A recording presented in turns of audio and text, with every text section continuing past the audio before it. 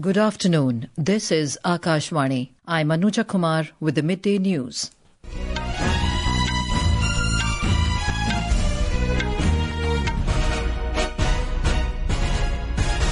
The headlines. Prime Minister Narendra Modi says Maha Kumbh reflected the spirit of rising India and unity in diversity. External Affairs Minister Dr. S. Jaishankar calls for a fair and robust international order to curb power imbalances. Maharashtra Chief Minister Devendra Fadnavis says violence in Nagpur appears to be premeditated. Appeals to citizens to uphold law and order. Israel launches wave of airstrikes across Gaza Strip, killing at least 200 people as negotiations for truce collapse over several points. Astronauts Sunita Williams and Butch Wilmore begin their 17-hour journey back to Earth after being stranded for 9 months on International Space Station. And in Kabaddi World Cup, both Indian men's and women's team to play their group matches at Wolverhampton in England today.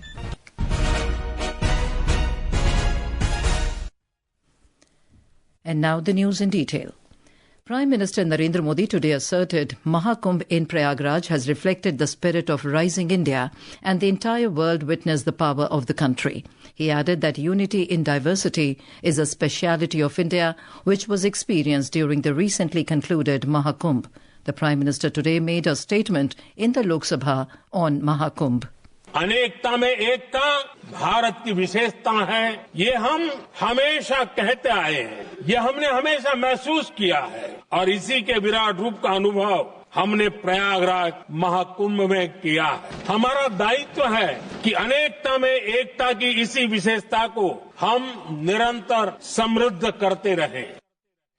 Mr. Modi said, when the entire world is going through challenging times, the grand show of this unity is the country's biggest strength. He underlined the need to continue enriching this speciality of unity in diversity. पूरे विश्व ने महाकुंभ के रूप में भारत के विराट स्वरूप के दर्शन किए। सबका प्रयास का यही साक्षात स्वरूप है। ये जनता जनार्दन के संकल्पों के लिए जनता जनार्दन की श्रद्धा से प्रेरित महाकुंभ था। Highlighting the importance of water conservation, the Prime Minister said India has many rivers, some of which are endangered. He stressed on the need to expand Nadi Utsav, taking inspiration from the Maha Kumbh. He said it will teach the importance of water conservation to the new generation. The Prime Minister lauded the people who contributed to the success of Maha Kumbh, saying that this historic event has given a lot of inspiration to the countrymen as it was led by the people. We now go over to our correspondent Bhupendra Singh, who is present at the Parliament for more updates. Bhupendra, from the Prime Minister's address on the Maha Kumbh, opposition parties, ruckus, many important developments unfolded in Parliament during the first half of today. What update do you have for our listeners? Anuja, Finance Minister Nirmala Sitharaman had just concluded her statement on the discussion in the Rajya Sabha on Manipur budget and appropriation bills. She expressed central commitment to bring normalcy in Manipur and highlighted several financial provisions made in the state budget during her statement. And if we talk about the Lok Sabha just adjourned for the day following opposition protest. And earlier, Prime Minister Narendra Modi made a statement on the grand success of Maha Kumbh in Prayagraj. He highlighted how this historic event has further strengthened the unity in diversity, which is India's great strength. The Prime Minister also spoke in detail about the efforts made by the people who were engaged for the successful organization of Maha Kumbh. And opposition created ruckus in the House after the completion of Mr. Modi's statement, which led to the adjournment of the House till 1 p.m. And when the House met at 1 p.m., opposition members again created ruckus when the Railways Minister Ashwani Vaishnav was replying to the discussion related to his ministry. He highlighted several measures taken by the government for creating robust rail infrastructure in the country and further improve the passenger amenities. He also highlighted that India is exporting railway equipment and coaches to other nations, terming it a big achievement. Earlier during the 0 hour and question hour in both the houses, Member of Parliament expressed their views on several important issues, and the relevant ministers responded on behalf of the government. Anuja, in the Lok Sabha, DMK MPs also staged a walkout from the House over the issue of proposed delimitation exercise for parliamentary and assembly constituency. Back to you, Anuja. Okay, thank you, Bhupendra, for that update. Moving on, External Affairs Minister Dr. S. Jaishankar has emphasized the need for a fair and robust international order. He stressed that the absence of a strong global order not only benefits powerful countries, but also enables smaller nations to take risks and challenge the established norms. Dr. Jaishankar was speaking at the Raisina Dialogue session, Thrones and Thorns, defending the integrity of nations in New Delhi this morning. He highlighted the importance of sovereignty and territorial integrity, citing India's experience with Pakistan's illegal occupation of Kashmir. We do need an international order, just like we need a domestic order. So if you need a society in a country, you need an international version of that. And it's not just big countries who will benefit if there is no order. I would argue that any country which will take risks, which will have extreme positions, which would, test the system, will actually use disorder to its advantage. I mean, we've seen in our own neighborhood, you don't have to be a big country to be a risky country. Smaller neighbors who've done a pretty good job. Dr. Jaishankar also emphasized the need for fairness and consistency in global standards, while pointing out the difference in international responses to military coups in Myanmar and Western countries. He called for a thorough review of the global order over the past 8 decades and urged recognition of the shifting balance of power in the world. Speaking at the Raisina Dialogue, U.S. Director of National Intelligence Tulsi Gabbard expressed her gratitude to Prime Minister Narendra Modi for the invitation and highlighted the constructive discussions held during her visit.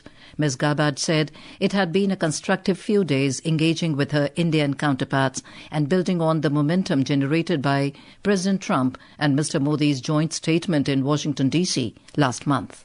It's great to be back here in India, and I especially want to thank Prime Minister Modi for the invitation to come here to get together with new friends, to greet old friends here from across the Indo-Pacific region and from around the world. But it's been a constructive few days where I've been engaging with our Indian counterparts, working to continue to build off of the momentum that was created by President Trump and Prime Minister Modi's joint statement issued in Washington, D.C. after their Oval Office meeting. I'm confident that this partnership and friendship between our two nations will continue to grow and strengthen. In international news, the fragile ceasefire between Israel and Hamas has collapsed, triggering a devastating wave of violence across the Gaza Strip. Israeli forces launched extensive airstrikes early on Tuesday, killing at least 200 people, according to Palestinian health authorities, with many of the victims reportedly being children. This marks the largest military assault since the ceasefire began on 19th of January 2025, ending nearly 2 months of relative calm. We now go over to our West Asia correspondent Vinod Kumar for more. Vinod, please share the details on this latest development. Hi, Anja. As we speak right now, Hamas's health ministry has updated the death toll to at least 330 people dead. Israel's this overnight strikes also killed a high-profile Hamas official, Mahmoud Afar, who is heading the Interior Ministry in the territory. Today, attacks started today morning, 2:15 to 2:30 local time. More than 20 Israeli warplanes flew over and they hit targets in Gaza City, Rafah, and Khan Yunis. The reason behind these attacks were 2 days before the talks in Doha, which lasted for 72 hours, and it included high-level delegations from Egypt, Qatar, and U.S., failed to extend the first stage of the ceasefire. And the first stage of the ceasefire was set to end the first week of this March, but it never progressed to the second phase. So these talks were happening in Doha, and they failed miserably. And Hamas was actually expecting this type of Israeli airstrike. But for the people of Gaza, it was a surprise. It's the month of Ramadan, and they were taking the suhoor, the morning meal time, and this came as an unexpected strike. Meanwhile, Hamas has responded furiously, accusing Israel of treachery and overturning the initial ceasefire agreement. It also says that Israel is exposing the remaining Israeli hostages held under Gaza in an unknown fate. Yes, Hamas has not yet declared that it is resuming the war, but instead calling on mediators like United Nations to intervene. Vinod, thank you for that update and the details.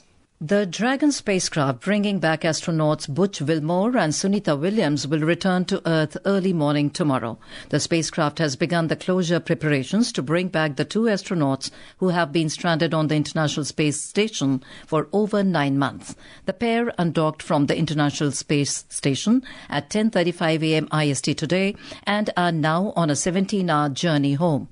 NASA has said the Dragon spacecraft will be touching down Earth at 3:27 a.m. tomorrow morning. A SpaceX Crew Dragon craft will also carry NASA astronaut Nick Hague and Roscosmos cosmonaut Alexander Gorbunov. This is Akashvani giving you the news. For quick news updates round the clock, follow us on our X handle at AIR News Alerts. And for details of these stories and more, log on to our website www.newsoneir.gov.in and download the News on AIR app. Back home, Maharashtra Chief Minister Devendra Fadnavis today appealed to the citizens of the state to uphold law and order and remain respectful towards all faiths and communities. Briefing the State Assembly about the Nagpur incident, he stated that the violence in Nagpur appeared to be premeditated and assured that strict action would be taken against those who attacked the police personnel. Reaffirming the government's stance, Mr. Fadnavis reiterated that no one would be allowed to take the law into their own hands. Our correspondent reports the situation is under control in Nagpur. A report.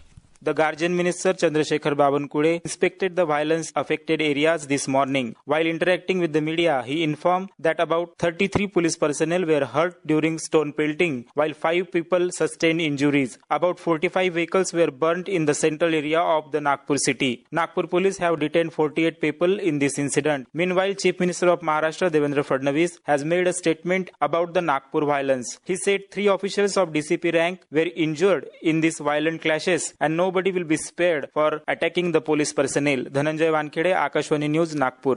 Meanwhile, Union Minister Prahlad Joshi has said that the government of Maharashtra will take action against those involved in the Nagpur violence. Talking to reporters outside the parliament, Mr. Joshi said the state government is handling the situation efficiently.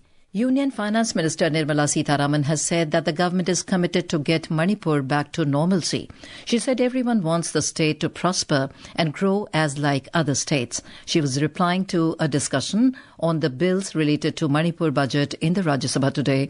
The minister said Manipur is a border state and since many decades it has gone through a crisis. She said every government has handled it with sensitivity. The Delhi High Court today refused to stay the trial court proceedings against Delhi Law Minister Kapil Mishra, who is accused of making objectionable statements and violating the Model Code of Conduct during the 2020 Assembly elections. The High Court has now listed the matter for further hearing on 19th of May.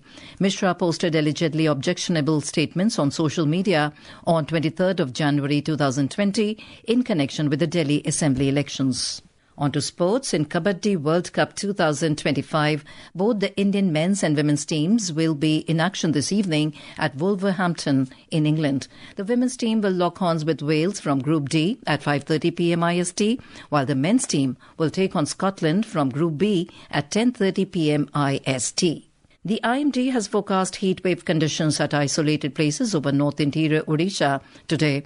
In the west, places over coastal Gujarat, Konkan, Goa and north interior Karnataka may also experience hot and humid weather during next 2 to 3 days.